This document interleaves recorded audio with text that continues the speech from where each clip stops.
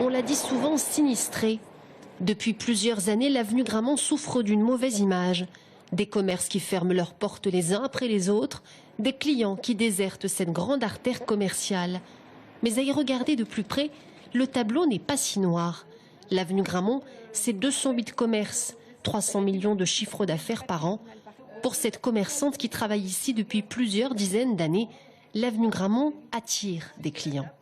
Le taux de vacances des locaux commerciaux était inférieur à la moyenne nationale, même inférieur, je pense, à d'autres rues de la ville. Donc ce n'est pas parce qu'on a 19 commerces disponibles qui sont fermés. On en a quand même 208 ouverts. Je ne sais pas si les 19 en font partie. Il y a plus de pas de porte avenue de Grammont que rue Nationale. Il y a 2 mois, Frédéric a ouvert cette supérette. Alors que beaucoup lui prédisaient l'échec de son affaire, il est heureux aujourd'hui d'accueillir 450 à 600 clients par jour. La tour sur l'avenue Grammont, je me suis aperçu qu'il y avait un vrai besoin parce qu'il y a une population, il y a des arrêts de tramway, il y a beaucoup d'étudiants et en fait voilà, j'ai tenté le pari et c'est un pari réussi.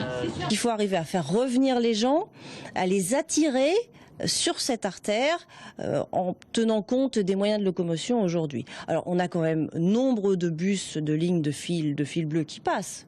Elle n'est pas non plus déserte cette avenue, mais il faut qu'on arrive à attirer encore plus. Alors c'est pour ça qu'on a mis en place des groupes de travail avec les commerçants et aux dernières réunions ils étaient 30 quand même.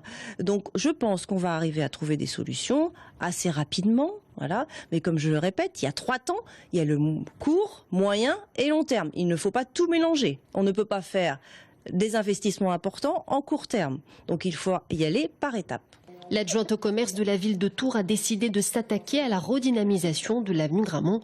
7 tronçons ont été délimités. L'objectif tout d'abord, réfléchir à des réaménagements.